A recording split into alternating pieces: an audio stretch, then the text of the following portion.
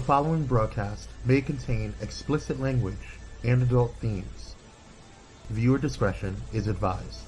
The opinions expressed in this broadcast are those of the hosts, talent, and guests, and do not reflect the opinions, views, and standards of Pyro Media Enterprises, affiliates, subsidiaries, or its members.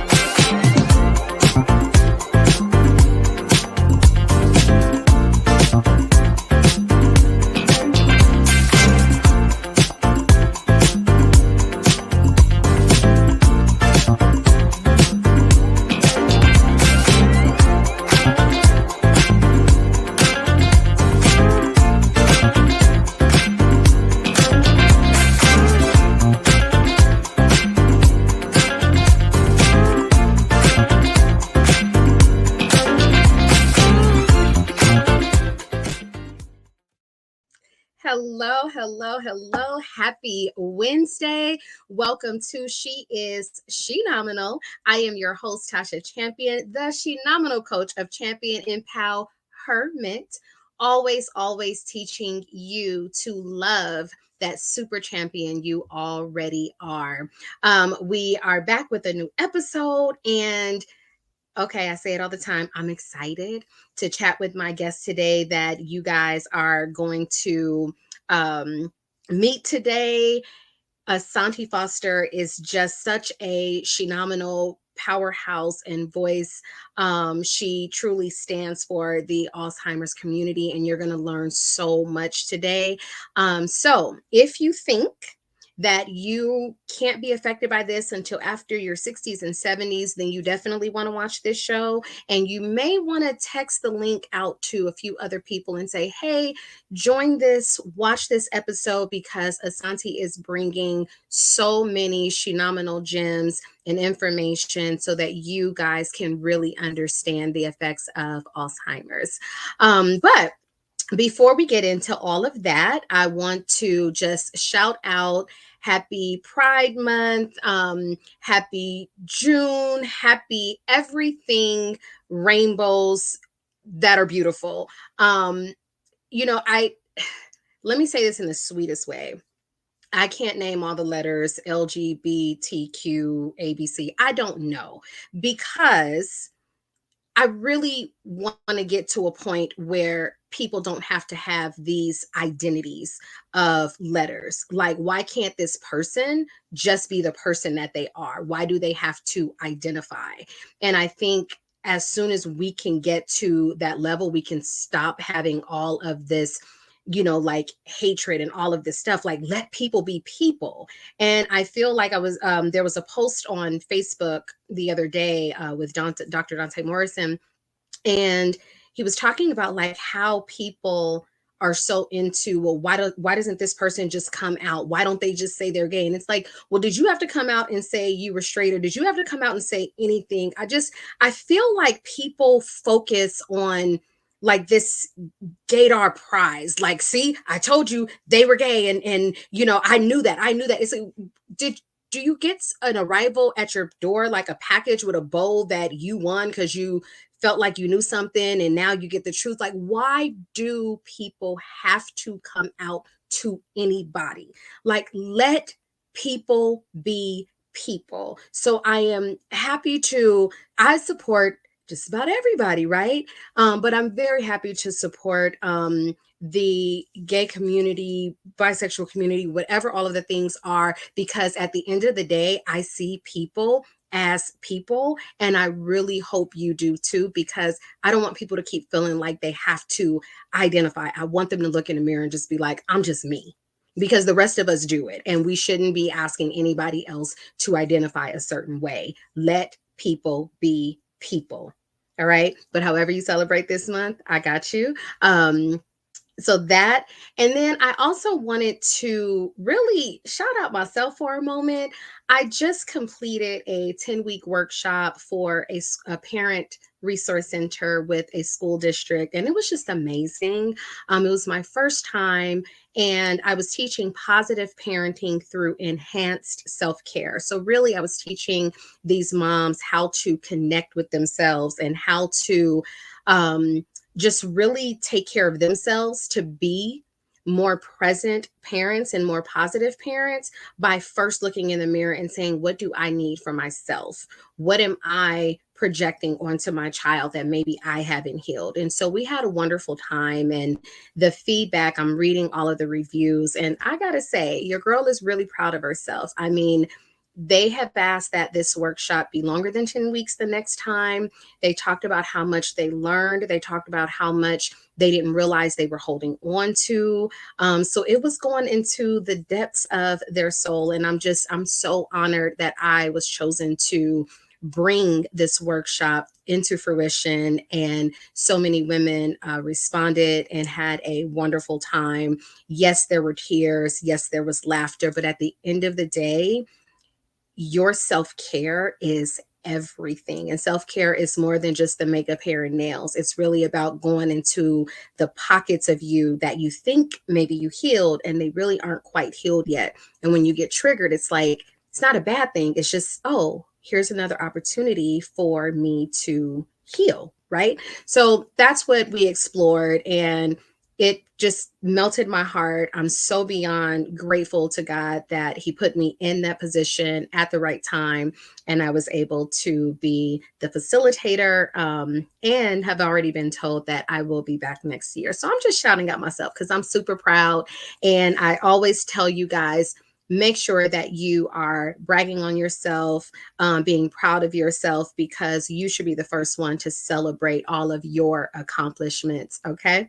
Anyway, so that's it. That's all that I have for you guys right now. I want to like fly through a commercial break so that we can get back and chat with Asoniti Foster.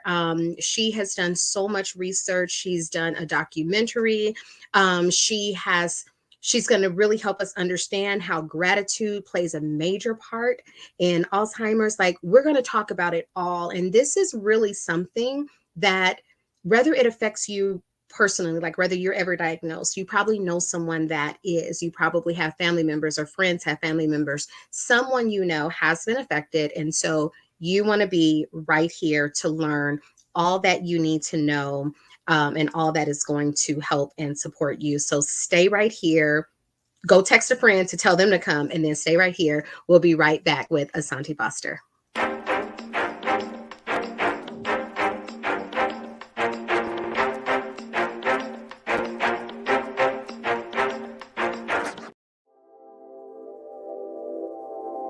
This episode is sponsored in part by Bullet and Flight Radio.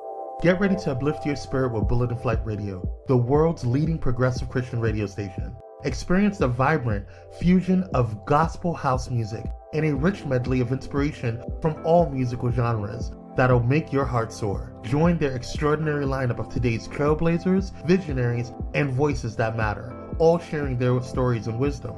Stay plugged in around the clock as they broadcast unmissable content 24/7. Your go-to station for all things inspiring. Become a pilot today by visiting bulletandflightradio.com. Bullet and Flight Radio. Your story, our station.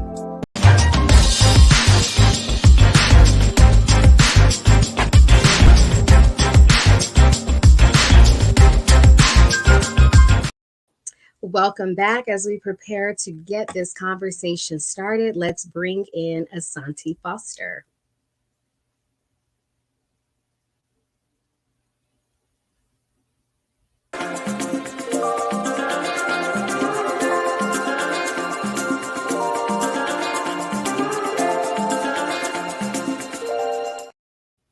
Hi, Asoniti. Hi, How are you? I am absolutely wonderful and completely excited and honored to have you as my guest today, just to drop so much knowledge. Hey, Cupcake.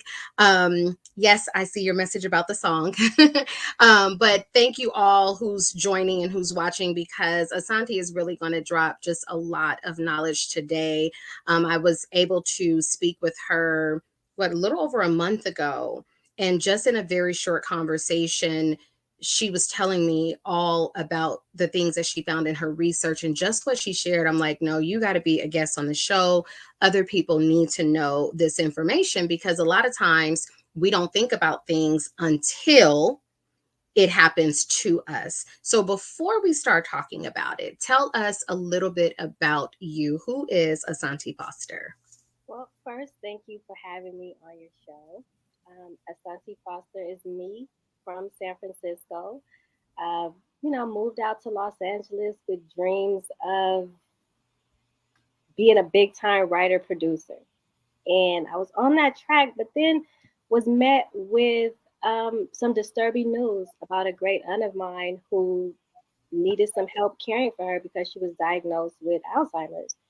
And so at that time, I had lost my dream, due to circumstances that were out of my control. And I started helping her, and I fell in love with helping her. She repeated herself 50 million times, but it didn't bother me. You know how, like, a kid repeating themselves over and over, you easily annoyed. But with Right. her, it was just like, she would ask, "What time is it?" It's 3:30. 10 seconds later, "What time is it?" It's about 3:30. I always responded to her like it was the first time she asked the questions. So that made her feel comfortable. And it just made me feel good to help somebody, even a family member, that didn't want anything from me, just to be there. But the more Right. she kept talking, the more I kept thinking, like, wait a minute, both my grandmothers died from this, other great aunts, other uncles, great aunts and great uncles. Like, can I get this? And that was like my aha moment right there. Okay. Episode one, that was it for me to start really researching this and just seeing, okay, wait, this, I'm getting older. This is in my family tree, you know. Um, and I discovered a couple of things that were like, it's so shocking to me. Like, no one has ever put it like this. One, women are more likely than men to get Alzheimer's. Wow. Two, African American women, we're twice as likely than the national average to get it. And a person under the age of 65, so let's say 30s, 40s, can be on an Alzheimer's track and not even know it. That was the most shocking for me. That absolutely was the most shocking for me, because now I'm sitting around like, did I forget something? Oh my gosh, like, what does this mean? But talk to us a little bit more about that. What, like, have they been able to track what you could be experiencing right now that may be more telling by the time you could be diagnosed? Right. So to speak to your point, for me, it was like, okay, what does that look like? I can be on an Alzheimer's track right now, right? Well, it looks like mental illness with depression, anxiety, stress, lack of physical activity, lack of proper sleep, lack of prayer or meditating, having a belief, Mhm. lack of social involvement, right? There's like a plethora of things that can place you, I'm sorry, on that track. And so for me, it was like, okay, wait a second. I've actually myself have suffered, from depression and anxiety and of course, stress. It just seems like it's always there. And wanting to change that, it was like, okay, I have to one, like, help my family with this, right? Let's stop it right here. I didn't want to accept the fact that I could possibly get this because it has run rampant, on my family tree on both sides with both grandmothers. But let's take it further with explaining to people what this looks like at a younger age with the documentary. Right, right. We have a question. Do you think more Black women have Alzheimer's because of relaxers and the chemicals in certain hair extensions? That's a very good question. So in my research, I also became a caregiver not only to my great aunt, but also to strangers because I was like, okay, I got to do something about this, especially for us And when I say us, I mean Black women, because nobody wants to work with us, especially if we have Alzheimer's. So I had this Right. Black older woman, and she wore fake nails for a long time, long time. And one day, I'm there, and she's like, I cracked my nail, and I'm looking at it, and she's, explaining how painful it is. And so I, tell her adult kids, look, this is what's going on. How do you want to proceed with this? I could take her to the nail salon. I go and I take them off, and they take off all of her nails. And I'll never forget the technician pushed back so fast. All her nail beds were green. Wow. Years of the chemicals just piled up on her nails. So I know the question was in reference to hair and chemicals, and based off of what I observed with her, I would say that that isn't an area of study that anyone has looked into, just not yet anyway. But I could definitely see that, because it's just like, if you don't eat healthy, right, you'll get this disease. If you don't go to sleep, you'll get that disease. So just keeping yourself as natural as possible is always what's beneficial to your overall health. Wow. Absolutely. Asante, during your research, what was like for me, it was the whole, 30, 40 years. What was the most shocking thing that really grabbed you? Like, what was that? OMG, are you kidding me? I never would have known this. It was that Okay. exactly. I mean, at first it was like, okay, can I get this from, hereditary, right? Is it Hmm. hereditary? And that is a risk factor, but it's not the risk factor, especially if you're taking care of yourself, to derail all of that stuff, right? With proper sleep, proper exercising, just proper healthy habits on a regular basis. But to discover that this is something that you actually can be on a track for early in life, like most people, I was like, oh no, I don't have to worry about that until I'm over the age of 65, right? Right. No. And it made sense to me, because it's once you get diagnosed, they're able to see the plaques and tangles that have built up in your brain, specifically in the hippocampus area, which is responsible for your memory. So the way I looked at that, I'm like, okay, let me break that into common sense, right? Plaques and tangles. You think about the plaque that's built up on your teeth, right? That's over Hmm. time. It's not like, oh, I didn't brush my teeth one day and now I have a buildup of, plaques on my teeth, and now I have cavities. That's over Right. time of you not taking care of your oral hygiene. And so it's kind of like the same thing with not taking care of your brain. These, and their contributing factors come on in a number of ways, which is why I titled the documentary Puzzle. Hmm. Such a puzzling way. It's not a one size fits all. There's both my grandmothers had it, and yes, there's similarities, but there are also some distinctive differences, where it's like, how did they both end up with this and died 6 months apart from one another? Wow. Wow. So let's move into the documentary.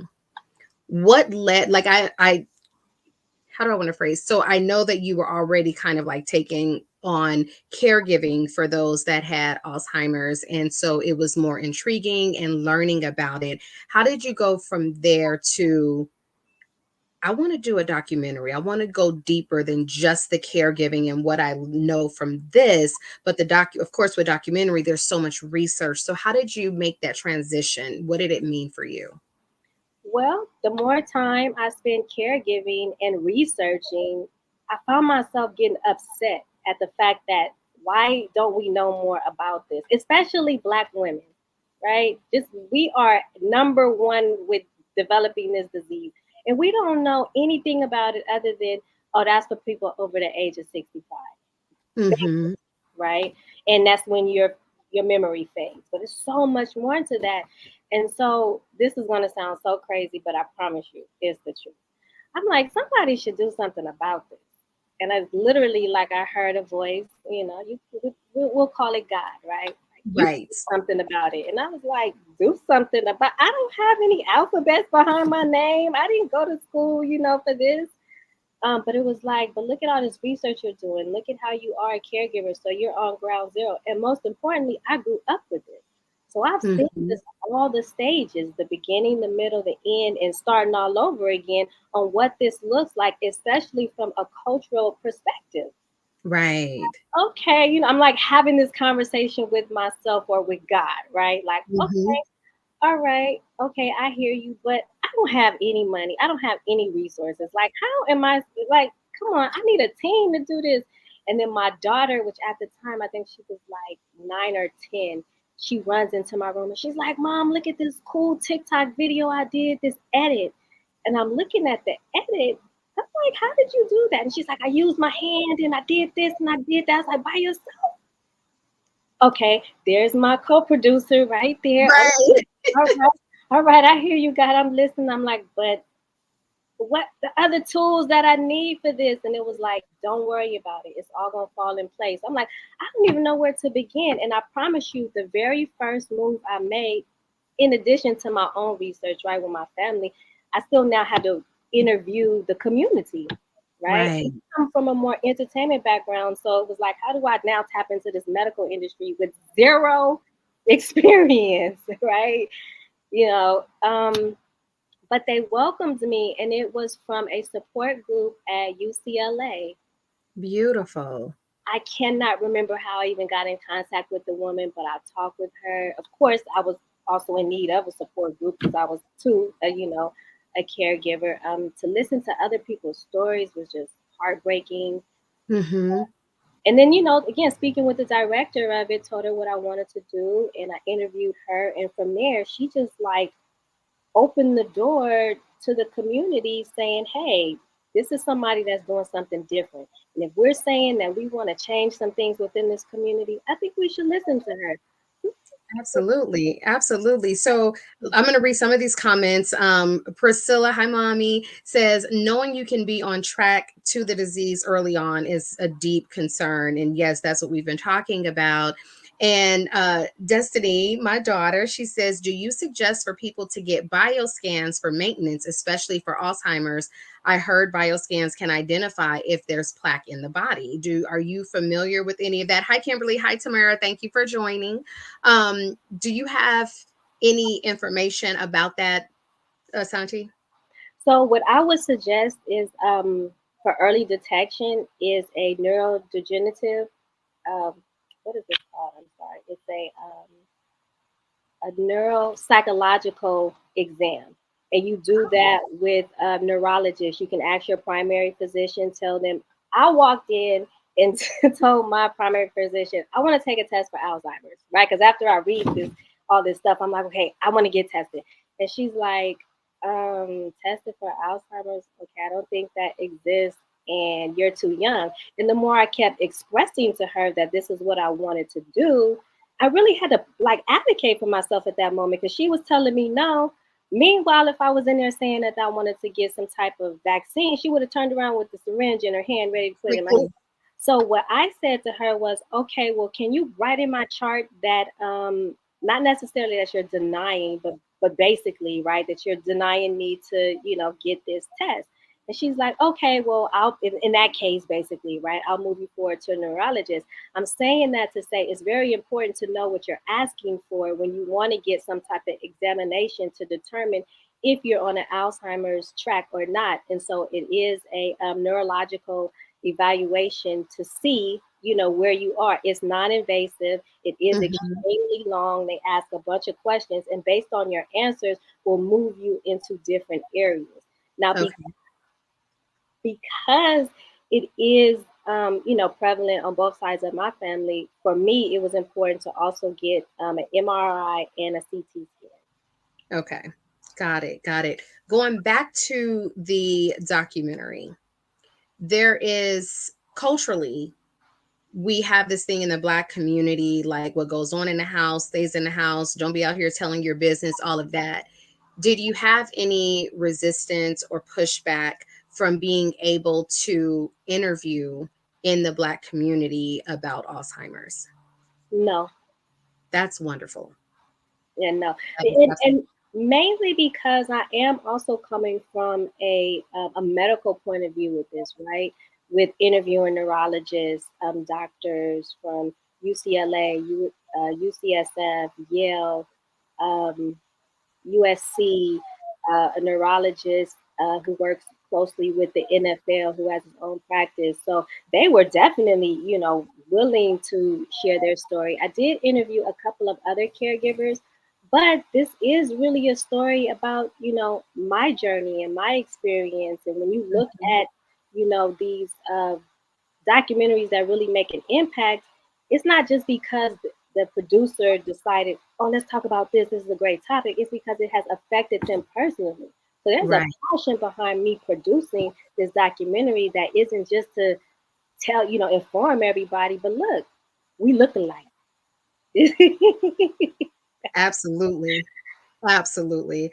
I love that. So on this journey of doing this documentary, what were some things that you were discovering that was impacting more of your life? Like, was there something that just made you, you know how sometimes people can do things and they go down a rabbit hole because they're learning so much?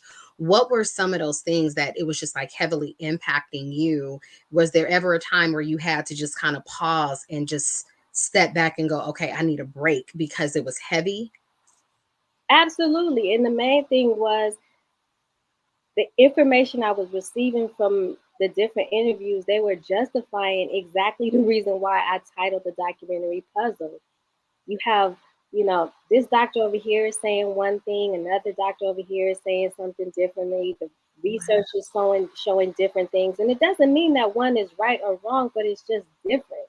For Mhm. me, it was important to make sure I captured the senses of what everyone was saying and not get so caught up in the differences, because I think the differences is what can keep organizations against one another. No, I believe this is the reason. No, I believe that is the reason. And for me, I'm like, wait a minute, this has plagued my family tree. I am not leaving not one stone unturned, Right. to discuss this. But at the same time, just making sure that I provide information that doesn't confuse the audience even more about what this disease is, 100-year-old disease.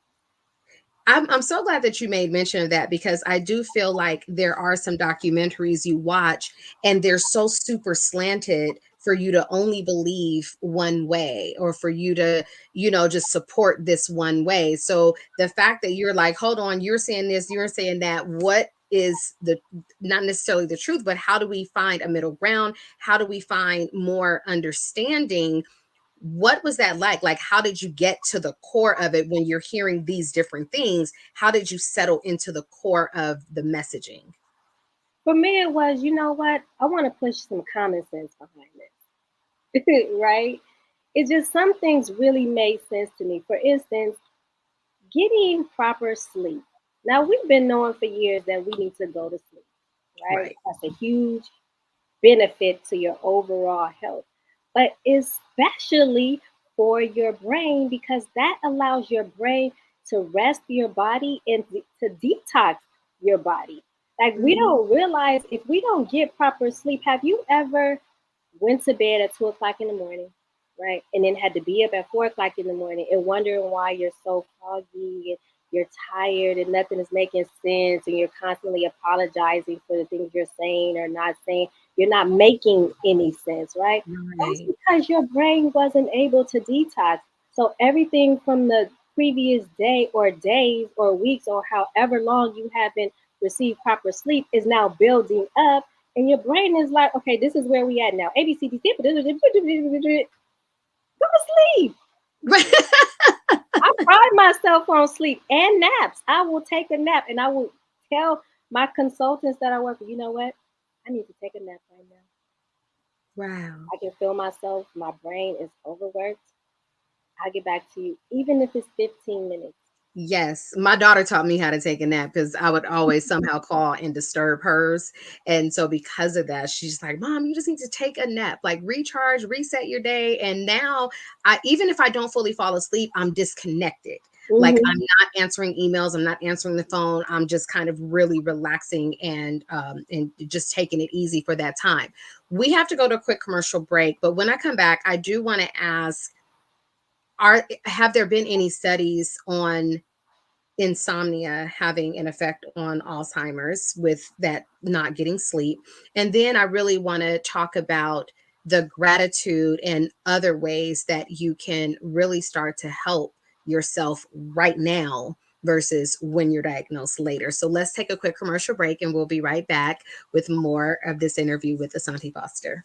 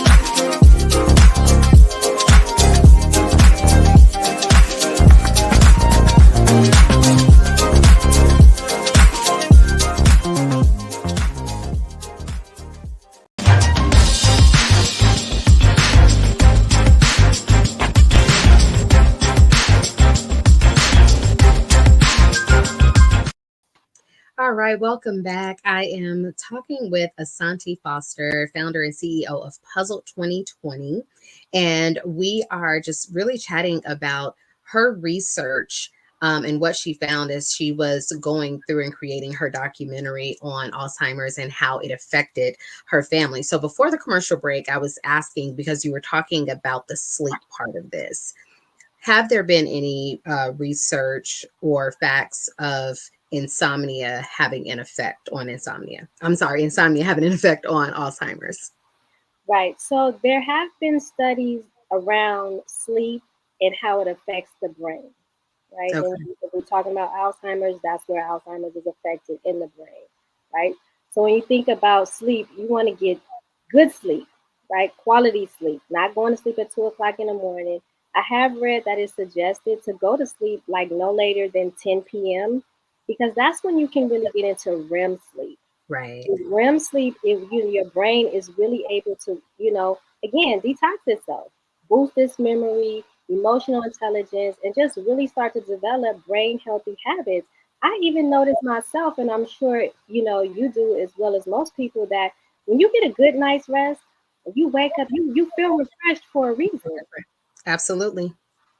Absolutely. And I think it's important, even though I do it sometimes when I forget to set the sleep timer, that it's also really important to turn off your TV, because when you don't, the TV is really interacting with your brain. Like I call it television, because Right. now the TV is actually interacting. So that's preventing you from really getting good rest. And it's really, really important.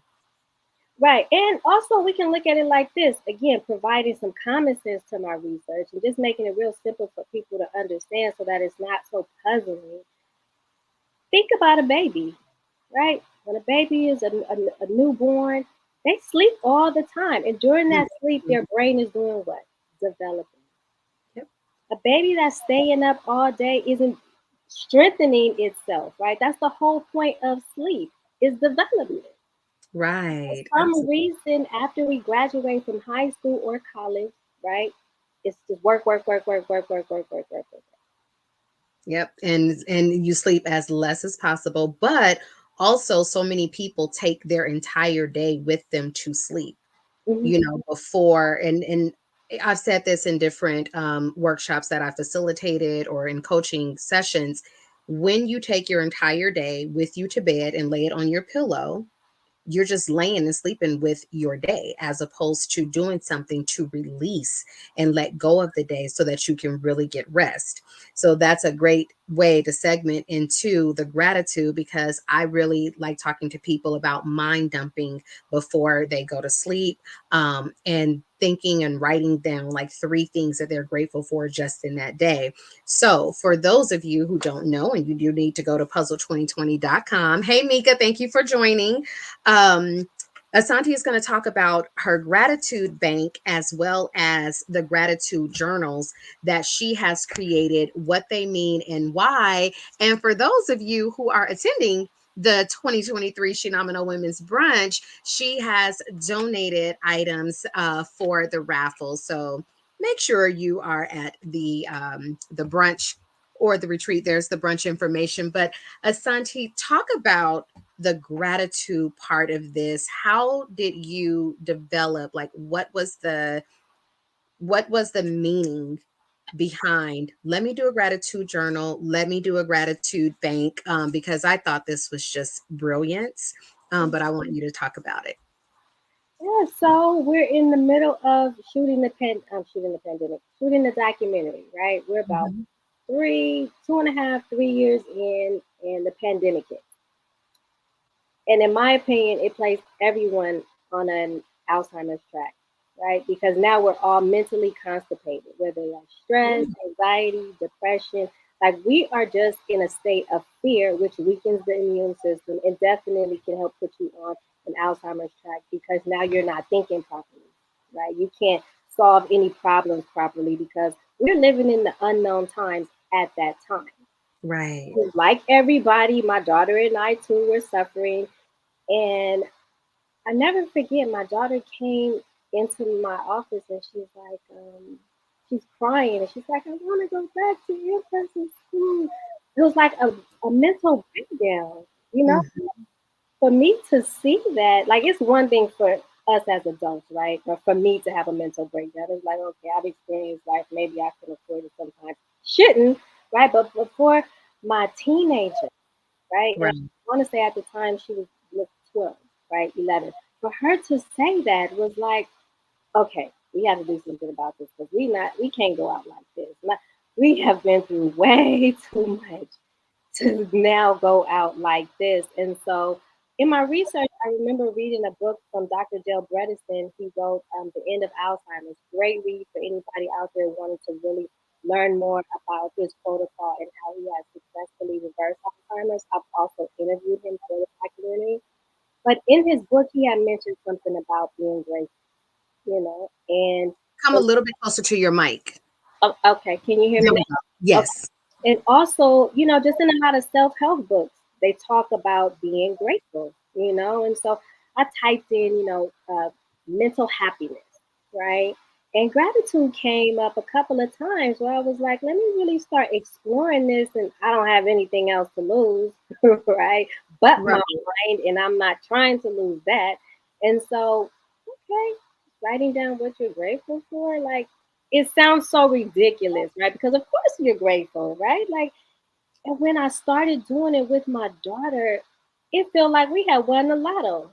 And trust me, no extra millions had came into the house, but our mind definitely felt lighter. We weren't so heavy. We knew how to float, and be productive throughout the day. And I'm like, about 2 weeks in, I'm thinking, what are we doing differently around here? Because I couldn't quite pinpoint it, right? I'm like, Right. it's we're eating, we're still doing the same thing. Like, it's not like some great news have hit us because we're constantly being told, oh, we don't know what's going on with the pandemic. And then I had to stop for a second. I realized, wait a minute, it's me writing that, another aha moment, right? It's the us writing down what we're grateful for. Oh my God. Okay, wait a minute. Okay, let me be still so I can hear what to do with it. Mm-hmm. Because for me, I come from a generation of or community of what you learn, you teach. Right. Okay, how do I share this and make it make sense for everybody involved? And so I started toying with the idea of, okay, should it be glass? Because you see the gratitude jars out, and you think, okay. And then I was like, but that wouldn't work for kids. And this works so well for my daughter. I mean, her whole perspective on life completely changed for the better. Straight A's during the moment where kids were like, not even showing up, right? And all Right. you do is turn your camera on. And I'm like, okay, we got to get this into the schools. How can we get this into just to everybody? And so, after testing it a couple of times, we landed on this. This is our mail version, the Gratitude Bank. And you open it here. It comes with the pen, with stylus, 50 grateful cards, blank. So, like, we're giving you no reasons to do this. You don't have to look for a pen, look for paper, none of that. It's all there. Right. And with our patent, what we put on here was a QR code that will take you to meditation music to provide optimal mental wellness support. To really calm you down but lift your spirits while you're doing this. We initially started off with the banks, and they had done so well with us selling out twice during our first year. It was like, okay, but the feedback was like people wanted to be able to travel with it. And this is good to put into your suitcase, no doubt. It's definitely durable. But to have something just a little bit easier, right? That's right there with you. That's how we came out with the journals. And I didn't want to present again, there's a bunch of different gratitude journals out there, and I think that Right. I didn't want to duplicate that. I wanted something that was a little different. So again, making sure that we, had options here, right? With the pen, the pad, the color tabs, the sticky notes, and again, our signature and patent protected meditation music, just so that people can really get a bang for their buck too. Right. You know? Exactly. Exactly. What did you learn over time of gratitude? How did it relate to Alzheimer's? What I learned is that what it helps to do is increase neuroplasticity, which in essence means that you are rewiring your brain to think on a more positive track and help to kind of uh, eliminate some of the plaques and buildup that can come on with stress, depression, anxiety. This is scientifically proven because that was the other thing. Like, okay, it's one thing to tell people this really works. We've been saying this for years too. But when I looked at the research, especially behind Dr. Edmonds out of UC Davis, he discusses his studies on how this has really changed people's lives for the better. And there's Right. like we significantly reduce stress, depression, anxiety. I'm witness of that. Other people have been witness of that. Here's the biggest key though. You have to do this. It will not work if you don't. So you can't just write it down today and just be like, okay, this is gonna work for the rest of my life. You have to be consistent. This is a healthy habit that we want to encourage people to use on a regular basis. And sometimes I'm writing mine 2 or 3 times. This has been so effective. My teenager, and teenagers, they always want to go against you, right? You could be like, it's raining outside and it's really raining, and they'll be like, no, it's not. Right. That's my teenager too. But when my teenager told me, because I was going off one day, right? We get frustrated still, right? And she's like, "Did you write down what you were grateful for? Because your whole energy right now and your vibe, like, I just don't agree. You need to go and write down what you're grateful for." And I'm like, Right. She brought it back. yes, yes. But she was right. And then after I write down, I've been doing this for so long now, I really feel an immediate difference when I haven't done it. Right. Absolutely. Absolutely. What are so we have the gratitude, we have the gratitude bank, the gratitude journal. Um, which that's I when you and I talked, I said this. I love it because this is something that I talk about all the time. Like gratitude really is everything. And especially for getting off track just a tiny bit, like for parents who have kids that seemingly feel ungrateful sometimes, I would do a poster board on the wall, and every day for 30 days, they would have to write down what they were grateful for in that day. And by the end of that 30 days, trust me, kids will see just how much they actually have. And you're right, it's a feeling that you get, and there's a joy in really understanding, like, damn, I really have so much just right here before I go out and purchase anything or do anything. There's so much that I can love on and have right here in my presence. So I love the bank is so cute. And I love that it gives children the opportunity to write something down and go back. And then I don't know if you encourage it. I'm sure you do, but going back and reading those, Absolutely. just remembering that feeling of that blessing or that gratefulness that you have in that moment. But Asante, what are some other exercises that people can do to really help them not be so on the path of Alzheimer's? Like, what are some brain activity? What are maybe some physical activities? What are some activities, exercises that people can do? Well, I want to add to something you said in regards to, writing down what you're grateful for. It's important to note that the physical act of writing it down is what makes the biggest difference. Not texting it, not typing it, not even thinking about it and keeping it in your mind. It literally writing it down is what makes the biggest difference. And what I noticed is that when you start to write it down, what on a regular basis, what you're grateful for, you feel good. And when you feel good, you start looking good, right? Mhm. Because now you have this energy to exercise. We've been telling people to exercise and eat right for years, right? But it's a mental thing. You have Right. to want to do that. For me, it was okay, do I sit here and binge watch XYZ show? Or do I do, 30 minutes worth of exercises right now, right? In my mind, okay, you know what? I'm feeling good. I have the energy. Let me exercise. So Mhm. exercising is key, and what people have to understand is I'm not necessarily saying exercise to lose weight. I mean, if that's what the journey is for anyone, so be it. But what I'm speaking more about with exercising is so that you can get that blood flowing and get fresh oxygen to your brain, because that's what blood Mhm. carries, right? Is oxygen, and that fresh oxygen helps to cleanse your brain.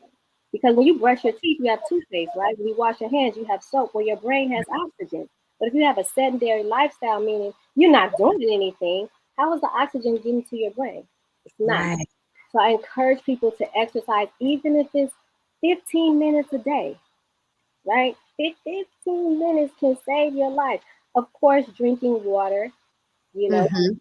choose eliminating sugar, salt, saturated fat, more fruits and vegetables, especially greens, more brain healthy foods. I am a fan of blueberries. I love them. Everything about blueberries, they work for me. Um, Going outside, like, and not in the car, but like going outside and Sunlight. say hello to the sun, get some fresh vitamin D. You know? Doing that, of course, going to sleep, getting 8 hours, and being mindful of the time of day you're going to sleep. Though all of the things that we've been saying, here's how I like to put it again, going to my common sense. Everything you did as a child, right? I don't know about anyone here, but I know I didn't stay up until 10 o'clock on Tuesday night when I was 10. Mm-mm. No, no, No. We no. had to go to bed. And we would probably sleep by then, but we got ready for Right. bed. So we don't get ready for bed anymore. We took a bath, right? You eat dinner, maybe go over your stuff, maybe watch the Cosby's, you know. But after that, Exactly. you hopping in the tub, you are putting your pajamas on, whatever you need to do to your hair. You are getting ready for bed. We're not getting ready for bed anymore. We just passing It's out. time for bed, you just go. And that's so true because I can't remember what I was watching. But there was a teenager, I think, and she was saying like she could never get to sleep. She would just get in the bed and of course scroll on her phone. And so it was about creating that routine that's telling your mind, telling your brain, telling your body, oh, you're getting ready for bed. So if every day, like you said, we ate dinner, we may have watched a show, we had our bath, we got in the bed, our bodies knew the routine and it prepared itself for that sleep, right? We do have a question. How would you speak on multitasking in reference to brain function? I would say take one step at a time. Like, we can't do everything all at once. Like, it's unnecessary at the end of the day. Prioritize what it is you need to do to get through the day, because at the end of it all, we all know what we're going to do in the very end of our existence, right? I'm not Right. in a rush to get there. I'm not trying to push that any faster by trying to do a bunch Ooh, of different things so that I could no longer be here to enjoy what I've been working on. you might need to repeat that because there's probably some people out in other countries that didn't just hear that. She said she is not trying to get there any faster. So, why are you guys doing things that are really speeding up your quality of health right now? Right. It's major. John, hey, Johnny says expressing gratitude is akin to regifting the kindness that was gifted to you. Absolutely. Look, I believe there are different levels of gratitude, right? There's Mhm. definitely thanking other people for what they have done, what they have given, or whatever that is, right? And then there's also you know, I'm grateful for a roof over my head, right? For food in the refrigerator, for money in my account, for my family, for God, for friends, right? And then there's another level where you're thankful and grateful for the things that you don't even have, right? Almost like you're helping to manifest it. I'll share this Yes. quick story. My daughter bought this guinea pig. She wanted it so bad, and I was like, okay, all your money, you can do whatever you want. You want a guinea pig, you take care of it. So she's like, I want another one. I'm like, you're not getting another one. One is enough. That'll work. So we go out of town for 2 weeks, and we come back, and the guinea pig is giving birth to three more guinea pigs. And she's Wow. like, Mom, I'm so excited. Thank you so much for your gratitude bank. And I'm like, what are you talking about? She was like, I was writing down that I was grateful for another guinea pig. So y'all didn't know y'all had brought a pregnant one. Did not know. And keep in mind, the pet store owner would have never sold us a pregnant guinea pig because that's how she make her money. Right. So she didn't even know. It was so I went back to the store and I was like, did you know that this guinea was pregnant? You know, but my daughter, I love that testimony from her because she feels like she was a part of, helping to manifest that. Yes, she was. And exactly, and because words are powerful, right? And again, Right. staying on the positive track is what expressing gratitude helps you to do. I myself have written down things and I'm like, that came true, Yeah. you know, grateful for what I couldn't see, but believing that it was. It was already in, yes, because showing gratitude for the things that you want in life, and it really puts you on a path of already receiving it. Because if you think you can have it, if it's already a thought in your mind, that means it's available to you. So showing gratitude for already having it, it just really, like, now you're on this path to receive it. So you're going to get there if you do believe it. Like you said, there's no way this woman would have sold her a guinea pig that was pregnant. That was her money. Exactly. Wow. Right, right. And you saying that, it's just like, so now when you start writing down what you're grateful for, I'm like, I'm grateful for a beating heart, Hmm. right? So that will be done. I'm grateful Yes. for two eyes, to have vision for the plan of the day. Right. But being a lot more specific in what you're grateful for, yes, for other people, but also for the things that you want to continue having, right? I'm grateful for two legs. Yes. Yes, this is how I keep moving forward in life. Yes, Like you do, you have to be specific. Absolutely. Asante, this has been such an incredibly informative episode. Like you brought a lot of knowledge. I hope people were taking notes. If not, just watch the replay. Just watch the replay. But so tell us a couple of things. Number one, how we can support, how we can follow you, how we can watch the documentary, and how we can get our own gratitude bank and journal. okay. Well, you can learn more about me and my business at my website, puzzle2020.com. I also have an Amazon store, and right now we have a special pricing on our Father's Day Gratitude Bank and Gratitude Journal. And you can type in Puzzle 2020 in the Amazon search. Please feel free to follow us, which is, a big support, like all of it, on our social media: Instagram, LinkedIn, Facebook, which is also Puzzle 2020. Yes, beautiful. And where can we watch the documentary? So we are wrapping up production for that now, right? Because the pandemic didn't only put us all on track for Alzheimer's, making us mentally constipated, but it also paused production for us, right? Okay. Because everyone's like, we don't know what's going on, and how do we continue moving forward with these interviews? So we're finally getting to the point where we're ready to wrap it up. And I'm claiming this right now and writing it down in my gratitude bank and journal that it will be released the month of November this year on a streaming platform.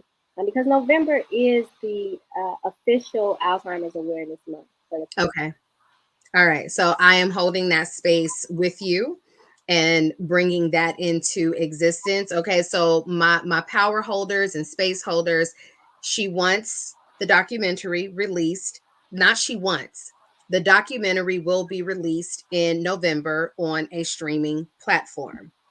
That is what we are holding space for. It. You said it. You wrote it in your gratitude journal. You put it in your gratitude bank. It is done. In November, we will see the documentary. Yes. Absolutely. Advertising for it. Yes. Please, by all means, keep us posted. Let us know, because I'm sure everybody watching is going to be so ready to watch that and learn so much more. I'm incredibly grateful that you were a yes to being on She Is Shenomenal. Is so evident that you are just such a beautiful and phenomenal woman. And thank you for choosing to share your personal experiences with the world and diving in deeper to create this documentary to bring a broader awareness. Because what I learned today is that it starts about 30 to 40 years prior to the actual diagnosis, and that Black women are at the highest risk of getting it. So that right there, just taking those two nuggets means a lot to me. So thank you so much for being on today. Thank you for having me, and congratulations to you on everything you have going on. Thank you. The completion of your 10-week workshop, I thought that was just awesome. Thank you so much. It was really incredible. But thank you all for joining us today. We will be back next week. I am chatting with Regina Weatherspoon Bell. She is one of the Shenomenal co-authors, and we're going to talk about life after 40, reinventing yourself after 40, starting over after 40. Because a lot of people have this thing like, oh, well, I'm too old for this, or I can't do this, or it's too late for me. But no, you still have a whole lot of life to live, and you can really start anew after 40. And we'll talk about that next week. So you guys have a beautiful Shenomenal or Phenomenal week, and I'll see you guys back here next Wednesday. Bye.